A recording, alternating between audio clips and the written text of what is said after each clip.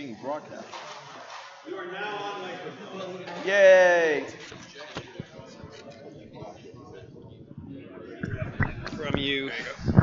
And we'll hope this is working for everyone on the live stream. If you are here, you can still watch the live stream. We are streaming from Georgia Gwinnett College on YouTube, Mixer, and Twitch. Twitch/Georgia Game Devs, YouTube/Georgia Game Devs, Mixer.com/Georgia Game Devs. So we're easy to find. And for those of you interested in game development on our YouTube channel, we have about 300 videos on all aspects of game development. So if you're not already subscribed to our YouTube channel, do so.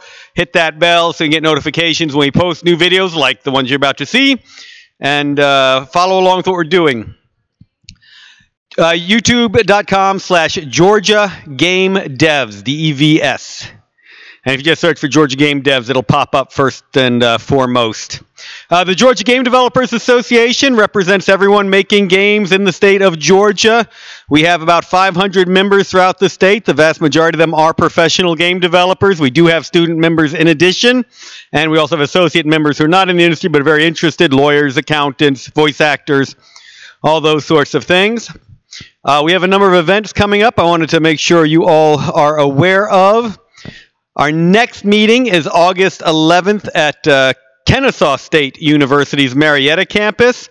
That will also be our main Siege volunteer meeting. This is a preliminary Siege volunteer meeting. And we'll also be talking about how to start a game development studio at that event. October 4th to 7th is the Southern Interactive Entertainment and Game Expo. And we'll have a college fair on October 4th. We'll have workshops on October 4th. We'll have an investment conference for game studios on October 5th. And then Siege itself runs October 5th, 6th, and 7th with a career fair Sunday, October 7th. I hope we get all of you out there. An announcement I was asked to make about tonight is that Kennesaw State University, right before our meeting on the 11th, is holding a game jam. Who's been to a game jam before? Oh my, this whole room's the hands need to go up for that. It's a weekend spent making games. It is about the best game development experience you will get outside of a full-time job at a company. Strongly recommend it. I don't know what the price for it will be. I imagine it'll be around $25, but they'll feed you for an entire weekend. You'll get to sleep on campus and basically spend 48 hours making a game with a team. Find a team there, bring a team with you. It doesn't really matter. They'll have a theme. So September 7th, 8th, and 9th will be the game jam at KSU. They haven't set up the sign-up yet, so you all are getting first warning of it. You can bring a whole bunch of grizzlies out there to devour the game opportunities on site there. I believe some other people here had announcements they wanted to make. Daniel, where are you standing? Daniel Konjerski over here is our Siege Volunteer Coordinator. Come up here because you got to make the announcement over the stream, Daniel.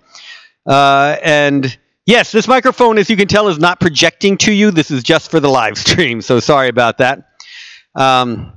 Daniel is our Siege Volunteer Coordinator. If you want to volunteer for Siege and get in for free, he is the person to talk to. That's also your best way to end up at studios. And many of our Siege volunteers end up working for the larger companies here and elsewhere. So I strongly recommend it. Daniel, you want to tell us something? Sure. So I highly recommend volunteering at Siege. It's Well, you're going to talk about your project. Oh, which project? Right. Oh, okay. So I've been working on a project for about a decade now, and we just launched Patreon. So we built this game. Let me think. Threw me off here. I thought we was talking about volunteering. It's it's called Breeze in the Clouds. You play as a corgi, and you've been swept up into the clouds, and you have to figure out what's going on with the weather. So you have to. There's a lot of things going around in the weather world, so you have to go and fix everything. So it's a brawler, an action, 2D moving thing. So I would highly recommend you Google Breeze in the Clouds. We just launched a Patreon last Friday, and then you can check it out. So thanks. You're supposed to keep talking while I tell people how to find us. Yeah, we still have people showing up tonight. All right, thanks, Daniel. Much appreciated. So a lot of game devs here. I'd like to thank everybody who has shown up to demo games. Jason, I'll let him introduce his game in a little bit. We've got Shiny Dolphin over there in the corner showing 2 games off. We have Neon the Ninja back there, Elemental Rift. We have Brykim Studio showing off their latest work, and of course Voice Ball. And I will have Noble Armada up on this screen later on, which is a title I'm currently working on. But we did want to, pardon? Oh, you want to make an announcement? Yeah. I was going to let you introduce yourself, but you make an announcement too. Okay. Make an announcement. Well, just I guess a quick announcement before we get into everything. So I am. My name is Ron Jones. I am the coordinator for the Indie Cluster, which is Atlanta is basically. Wow, I lost my whole little. The red shirt. Right, that's what it is. As a traveling booth for Atlanta, so we go to different conferences like Siege, like Dragon Con, MomoCon, all that kind of stuff, and basically provide an opportunity for game developers to show off their game and basically do what all these guys out here are doing. Most of these guys are actually part of or have been part of the cluster. We call them alumni, whatnot. But basically, we started opening submissions for Siege, which is coming up in about 2 months. So yeah, if you guys are interested in showing off a game or just being involved in that. Siege is October 5th to 7th. October 5th to 7th, yeah. But the Indie Cluster submissions cut off on what date? Cut off in about 30 days. So 30 minutes. Right. What's up? Question? Yeah, question. So we have an application fee for $15, and normally the conferences vary from event to event. And right now, the Siege price is $100, so that's pretty good, depending on how you're getting into these conferences and everything like that. So basically, at the Indie Cluster, we try to keep cost on the low to help developers. And yeah, so. Cool. Yeah, Siege booths are usually $1,000. As part of the Indie Cluster, you get a booth for $100 plus $15 application fee. So go ahead and apply if you have a game you want to show off. You'll get the hundreds and hundreds of people will be able to look at your game, most of them professionals, and give you feedback on it. So strongly recommend the opportunity.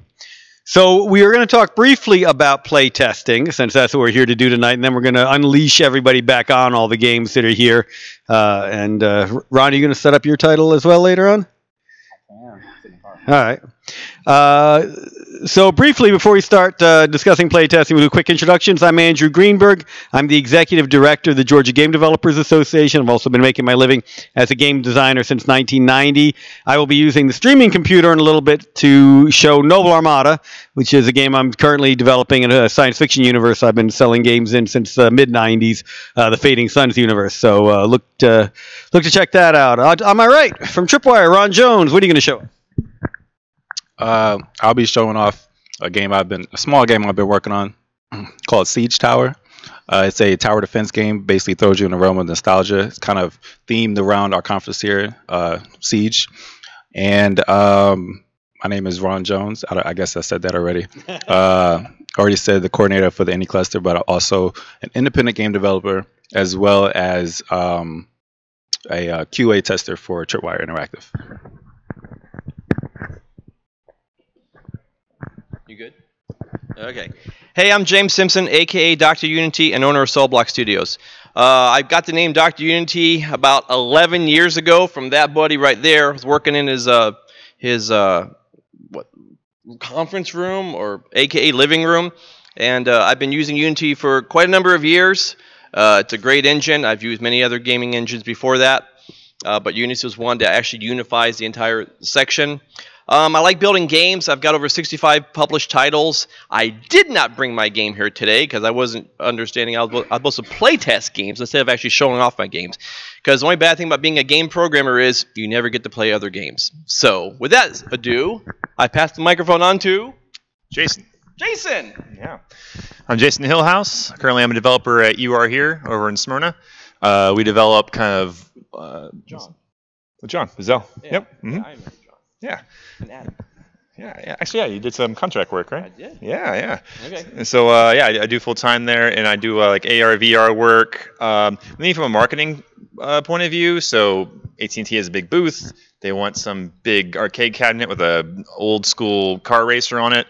We make that. We get the booth, the cabinet made. Just kind of a general, any job goes sort of shop. But before that, my job was actually started off game testing over in Gainesville, Florida, at a studio that eventually made games like Dungeon Defenders and Ark and games like that down there. And I've been doing it for about 12 years, mainly a Unity developer. And currently I have my game Arbiter here, available on Steam in early access.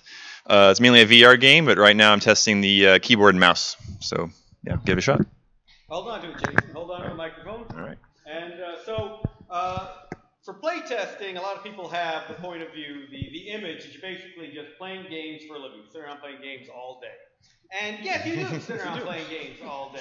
But it's not exactly the way you would think of playing games. There is a lot more to it. And Jason, you started off in QA, so I was going to get you to talk a little bit and get everyone to talk a little bit about experience as a playtester. What is your day as a playtester like?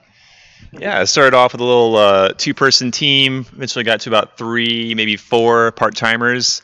And it's not too far off from what you expect, unless you have a very formalized structure, maybe at a larger studio. Maybe Ron could talk about that one. But for a smaller studio, it really was just us with a level and the assignment to find all the bugs in that level and give it an Excel sheet, send them to the programmers.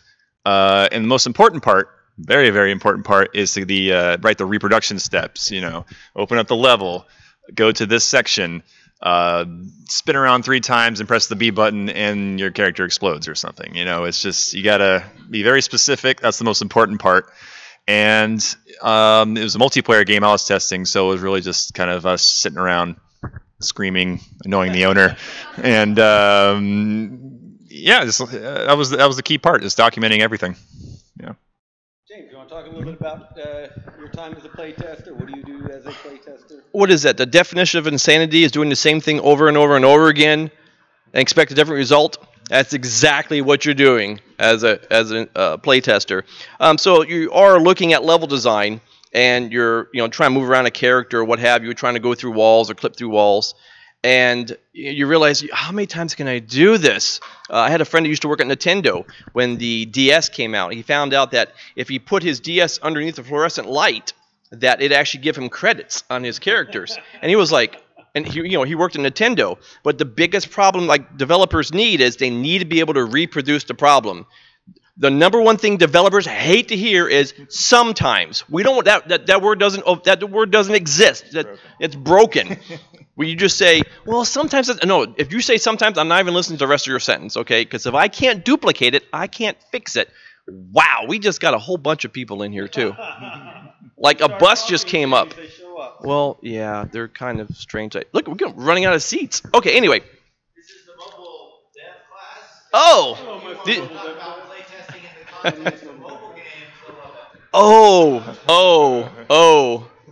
That's heck. Android's the easiest. Yeah. So if you ever develop for the 2 mobile platforms most people develop for is Android and iOS. People tell me, well, how's it like? How can I do this faster on an Android? On an Apple? I says it's easy. Do it on Android first, because the build process to get it out on an Android takes seconds. I can make an APK and put it on my phone within a minute or 2. That exact same process, using Xcode and getting onto the device, about 45 minutes. With your provincial profiles and your certificates and everything. I just want to play the darn thing to see how it works.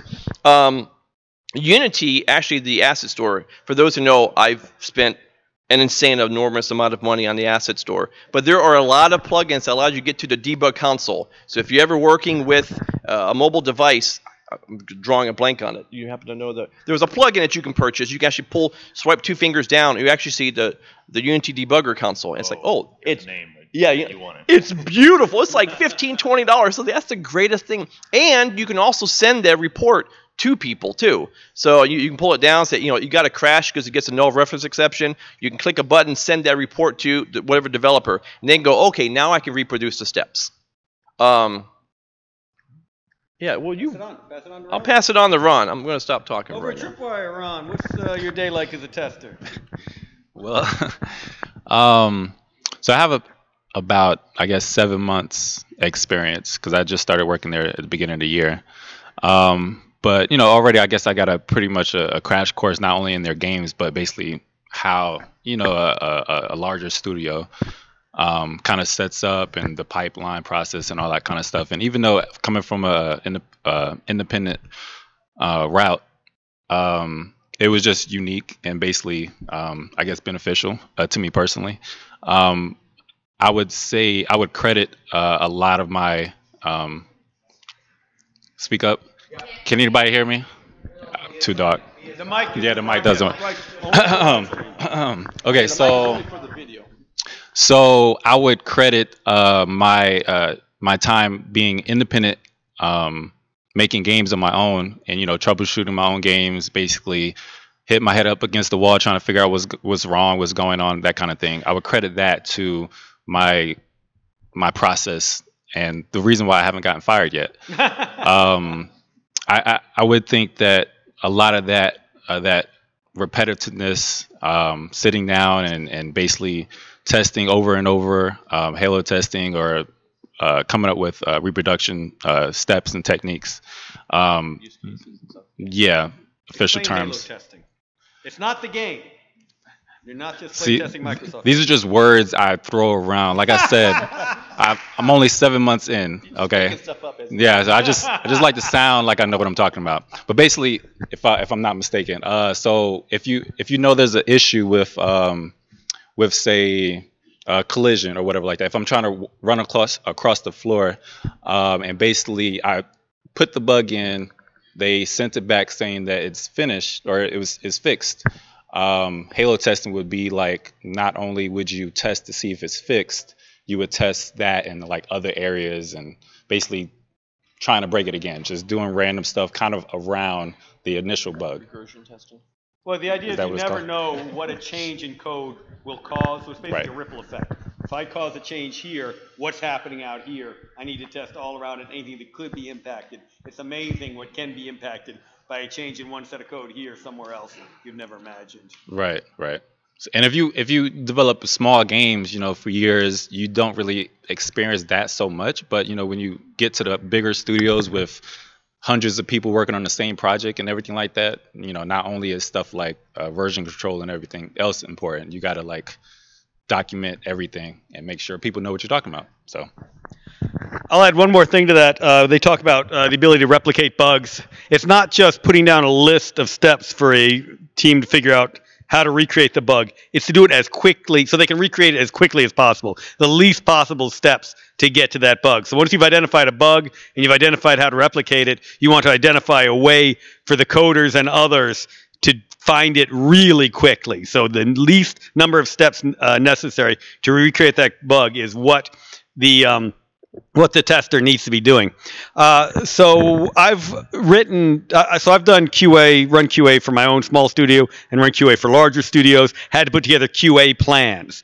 And QA plans are a bit of a luxury for a smaller studio, but are really handy to have. They give you a chance to sit down and say, what do I most want to be sure we have located? What issues do I most want to know about? For some companies, it is usability more than the bugs. They're most interested in how easy is it for folks to get from starting the game to, if it's a free-to-play game, to spending money in the game. That path has to be as quick and as seamless as possible. For others, it's how easy is it for us to get people into it, spending time in the game, and so forth. So you can come up with an entire plan of what do I want to find. And then you'll have your testers. They'll start locating bugs. You might prioritize them. An A bug might be a crash bug that stops testing. A B might be a crash bug that you can work around. A C might be a critical bug that needs to be fixed before it ships. A D might be a bug that you could live with if the game shipped with it. And an E might be a suggestion more than a bug. Some sort of list like that. You name it. You say which version of the game you found the bug in, and you'll go ahead and put your steps down. But for all of you, you have games where you're looking for people to find bugs. So other than the obvious crash bugs, what kind of input from outside testers, people like this, are you most interested in? Are you caring most about how usable it is? Are you interested in how much fun they're having? Are you interested in is this something they would play? Would they talk about? What kind of feedback are you most interested in from testers? What are you looking for? When it comes to feedback, I'm trying to project. I like to I guess consider myself a big promoter of people actually getting their games in the hands of people that they don't know. One of my big reasons why I push so hard with the indie cluster is to get people of all skill ranges, whether the game is fully completed or you just got your working prototype last night, to basically go out and test your game, go out to events like this, put it on display, have people, judge it, be harsh and everything like that, because you just started, what I'm saying? They can't really say that much about it. Simply because the feedback that you get is going to be incredibly important to how you develop the game. So you're going to be able to watch people, how they have fun, or if they have fun, what parts they get stuck on, all the basic 101 of playtesting. But me personally, I like to first of all, I like to not say nothing and just watch people, see what they get stuck at, if they're actually having fun.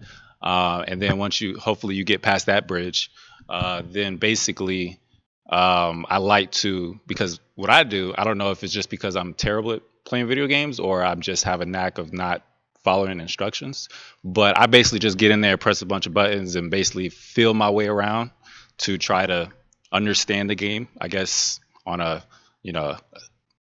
more metaphysical level, just because I like to think highly of myself. I'm just playing. But basically, that's what I do. If I don't really know what to do when I'm at work or whatever, I just go in there and try to break it. You can call it that. So when other people are playing my games, I like to encourage that kind of behavior. And actually at MomoCon, which I think was 2 weeks before Southern Fried Gaming Expo.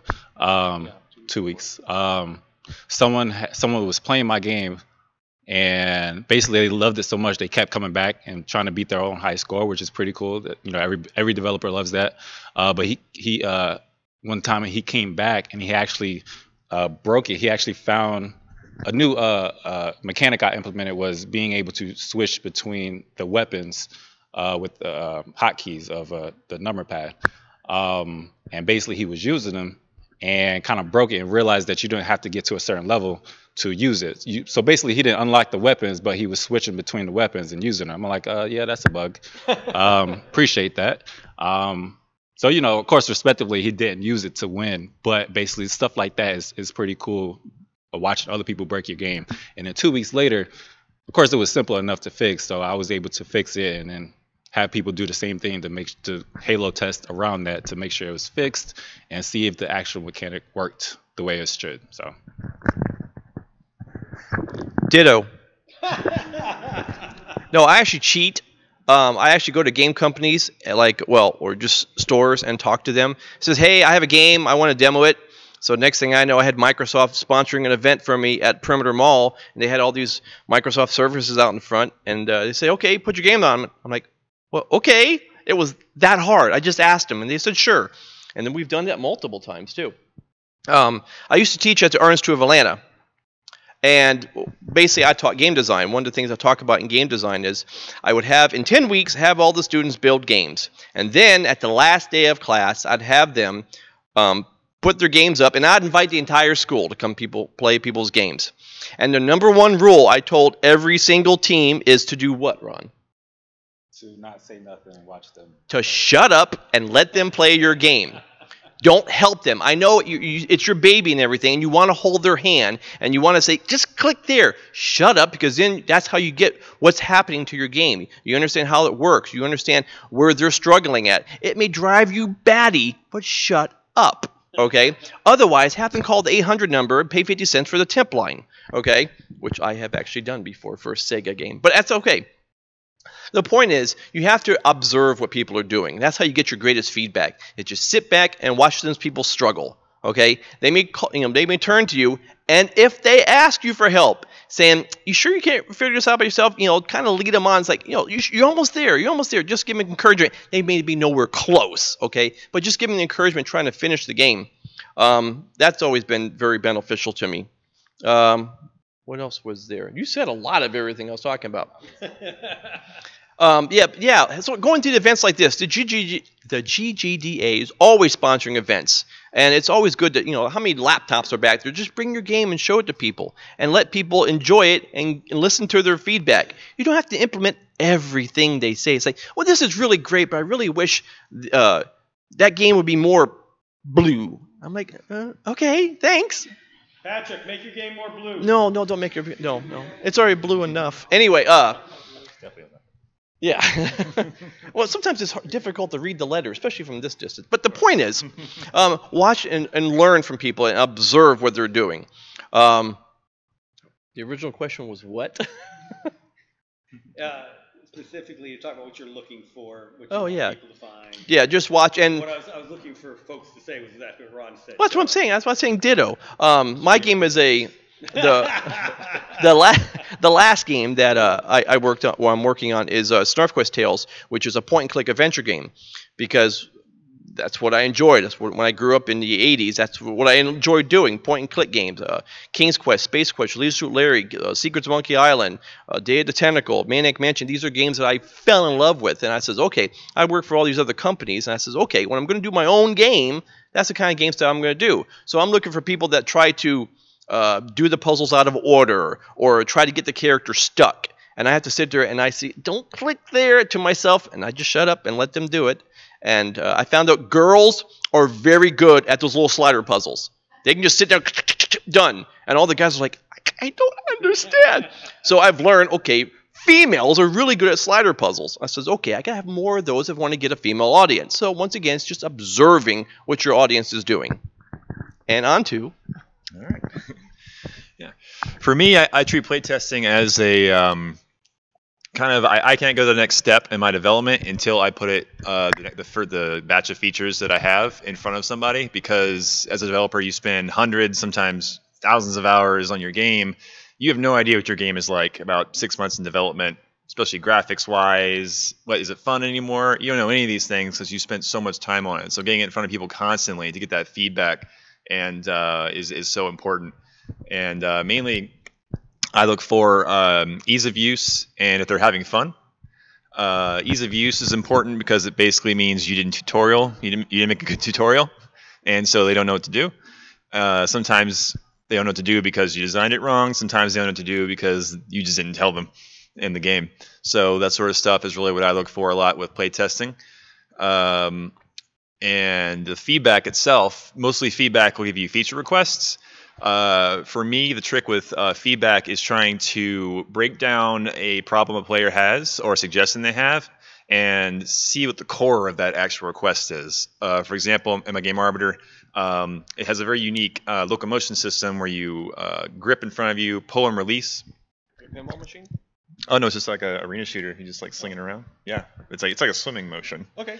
Yeah, but that's not a natural motion. But once you get it, it's all the players really liking it. But to get to that point to where the players got it, I had to go through feedback like, and I'm not moving fast enough, or the movement is hard, or I'm just not sliding as much as I can. And so you can kind of go two routes there. You can make it to where you just address that feedback directly and you just increase the velocity, or you just kind of just shoot them forward, just the littlest bit of movement. Or you have to decide that you're just not teaching the player how to use your mechanics right. And so it turned out to be a tutorial problem to where I sat him down. It was at MomoCon and just like gave him the 30-second spiel on exactly how to do it. And once they got the exact tutorial on how to use that mechanic, they got it, and it saved me about 2 hours or 2 days of development time. Just making that feature that they sort of requested but didn't really want. It's just I didn't explain the game right for them. So it's little things like that I think playtesting is most important for, besides just your bug fixing and finding bugs and whatnot. It's just figuring out what next to put in your game and if it needs to change at all and so forth. Okay, I got a quick thing. It's really quick. The other thing I noticed when I was at Microsoft is I actually had a bunch of questionnaires at the end. Rate the game. Was it fun? Was it, the tutorial, basically? And I read through everyone's feedback, whether it was good or bad. And I'm looking back there going, does anyone have any paper copies of questionnaire forms that they can fill out how they enjoyed the game? And I'm currently leaning towards no. But I know that was invaluable for helping me fix a lot of the problems that I had in my game. Go ahead. All right, I'll take it over here then. All right, we're going to have one last question up here on the panel. If you have questions, feel free to raise your hands, and we'll repeat the question for the stream. My last question is, it used to be, as a game developer, that you never let anyone see your game before it was almost ready to ship. The early bad publicity could kill you.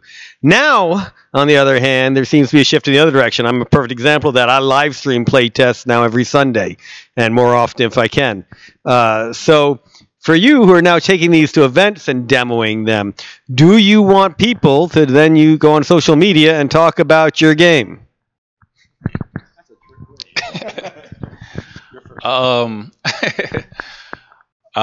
Being a victim of the internet, and basically when I first got into being an independent game developer, I basically hopped on Twitter and studied the greats that were doing it at that time and trying to find out what they were doing. And from that, basically exposure.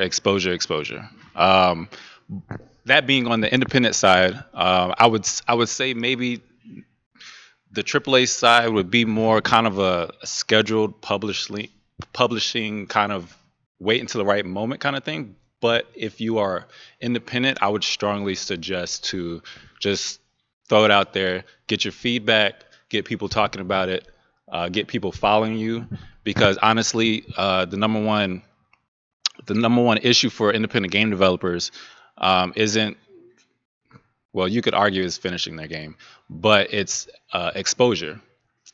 So even if you do finish your game, who's going to know about it besides your parents and your best friend who said that he's your best friend, but he's not because he's not playing it. So that would be my advice. A lot of people, myself included, growing up as an artist, you really feel a kind of, I guess, Golem, my precious connection with your art, with whatever you created, that you don't really know if people are going to rip it apart, or if they're going to steal it, or if they're going to use it against you in some way. I would say, and this, legal issues included, to go out on a limb, at least at first, and then get all your chickens in a row, that phrase. That's foul. Just because it gets you in the habit of actually doing what you said that you want to do. It gets you on the route to finishing. It gets people talking about it to actually help relieve stress from later. And then you'll start noticing opportunities actually come to you to help with the legal side, to help with the marketing side, to help with publishing side. And yeah, that's just my advice from being so like, this is mine, and I don't want people to look at it yet. It's not finished. It's trust me, it's something I still am afflicted by today. You can look at my portfolio, nothing's finished. So I'm still like, I'm just that kind of developer. But I like what I do. I like my projects and my ideas and stuff like that. But that could be something that can have you or cause you to never to actually release a game, and you don't want that, because people deserve to see your goodness. PR. No, really, Ron said it basically a lot. What I would be saying is, as an independent game developer, you want to go ahead and get as much publicity as possible. When I built my demo for StarQuest Tales, I did it in 3 weeks. Yeah, there were bugs, and I threw it out at DragonCon, and people are like, well, you can walk through the globe. Yeah, I got that, but I'm trying to show the overall concept of the game, and I enjoy getting the feedback, listening to the people, and a lot of them. There's a lot of mean people on the internet, and they like to hide behind their handles and stuff and say bad things. But when you meet them in face to face, oh, it was such a great game to get on the internet. I hated this freaking game, but it's okay. The problem with an independent developer, normally it's either yourself as one person or like a team of 3 or 4 people.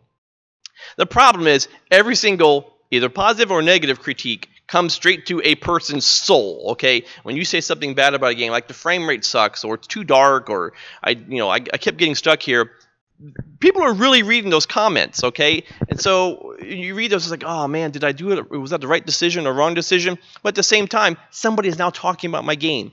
Yay! That's possible, possible sale for me later on down the road. On the large publisher side, people like Star Wars Battlefront 2. I pre-ordered the game. I enjoyed the game. There was such negative press about microtransactions or something of this nature. First off, I don't play multiplayer. I refuse to play multiplayer online, so I didn't care. Okay, I just played the single player. That's the only reason why I bought it, because I have the single player mission, and I enjoyed the game. But seeing so much negative press about microtransactions, and I don't know what they were talking about with the you can buy a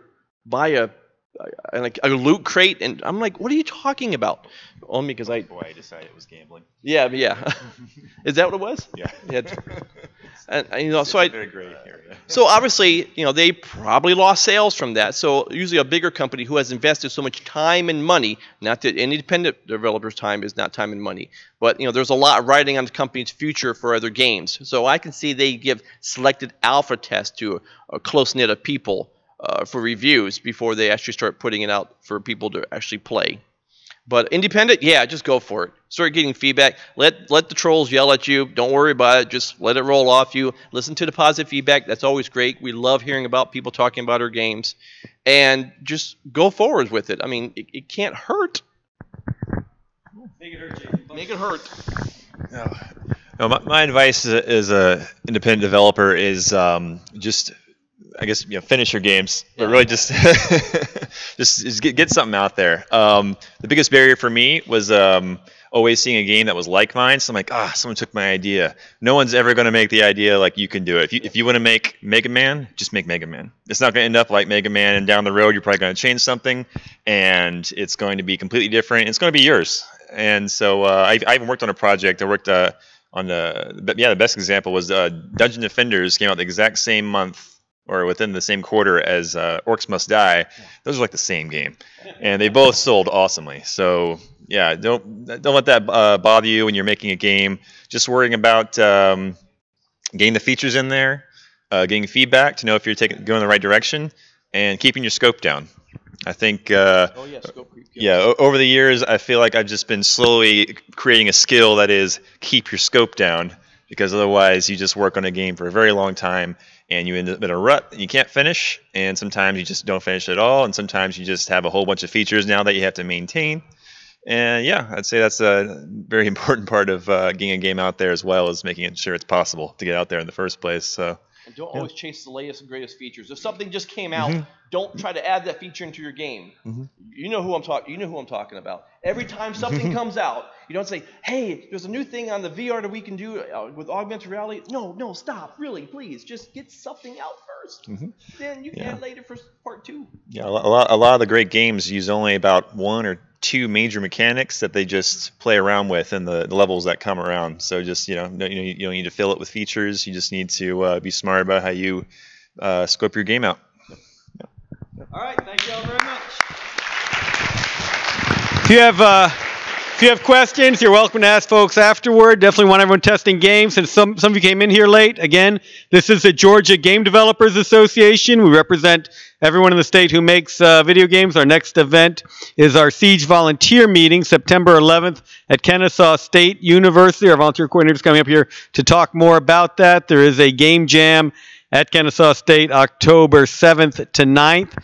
Our Siege conference is October 4th to 7th. Ron is running the indie cluster, so if any games you want to talk to him. And one more time about volunteering. All right. Do I need to do it on the live stream? Nah, we'll kill the live stream. Heck with them. Thank you all for joining us today. Yes, your question. Yeah, what did I say? 7th to 9th, yes. Yes, September 7th to 9th. Correct. Thank you. Any other questions? Really? No questions? Okay, give me a question. Well, give him a question. What are the qualifications for becoming a tester?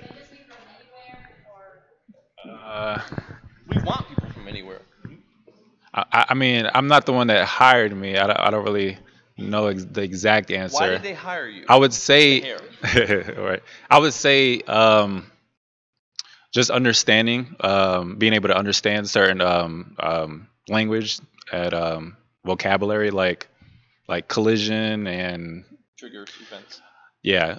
And I would think that my ability to actually at least know what goes into making a video game would help me get into in the pick for being a QA tester. I think it's still considered an entry level position, but I've seen, I know high schoolers that got picked up just because they like playing games. But from that perspective, you have to understand that it's playing games a certain kind of way. Like if you're playing games to like analyze, to kind of test the surroundings, to kind of push it to the limit, I would go that route and understand that that's how you get picked up in that field. Not necessarily just playing games just because. Everybody plays games, like literally. But you just have to have a mindset behind it. But yeah. Sorry. Hope that answers. I'd say the three things I've seen from companies hiring QA are one, and for games, an understanding of games, not just an appreciation of them, not just a gamer, but you understand how they work, what goes into them, that a level is not just going from point A to point B. It's everything within that level, up, down, all around, that you're going to look through everything. They're looking for people who are methodical, who will work at it, who will keep pounding away at the same issues. And finally, they're actually looking for communication skills, because in the end, the most important thing you can do is not find the bug, it's communicate it to someone who can fix it. Just finding a bug, the game crashes, does nobody any good whatsoever. Your ability to communicate that to the folks who are going to take care of it is really what will set you apart. And QA is a great way to move up through the company in all different directions. Ron definitely has art skills as well as technical skills. There are a lot of different routes he can go. He's going to know more about the company than someone who got hired in for one specific role, artist or programmer or whatever. He's going to see much more of the company in that QA role than anyone else. Just come in with a flow chart. It's like I enter a building, meet with manager, and then I get hired. Just kind of a little flow But we want testers who break that flow chart like Ron did. Ron went through a whole bunch of different ways. It's like this won't happen if you say no. This won't happen if you say yes, and the control happy. All right, I want to get everyone on into testing. So let's go ahead and quick comments on the volunteering, and then we'll get back to testing. Let's go ahead and let the live stream folks know about it. All right. Pull it out for a podcast. Okay, so you want to do Siege? You want to introduce Siege? Well, Siege, October 5th to 7th, largest professional computer game development convention in the South. Yeah. You take it from there. All right, so I run the volunteers, me and Jacob Coral, who is not here today. But if you're interested in networking a little closer than just attending, volunteering is a really good way to do that. There's a lot of really good panels on different information in the gaming industry. We make sure that as a volunteer, you're able to attend that in addition to helping us run the event. So I highly recommend anyone interested in the gaming industry to partake in volunteering and to get a little bit closer to all of our sponsors and speakers through, assisting them set up and ensuring that everything's running smoothly.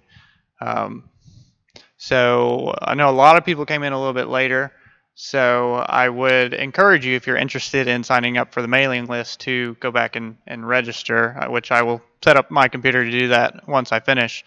Normally we have a website set up that you can go to and just go through a bunch of automated setup but it's currently down. So the mailing list will keep you up to date on what volunteering includes, what to expect from it, and just how to be a part. So I think that covers everything. Great to be at GGC. Let's do some protest.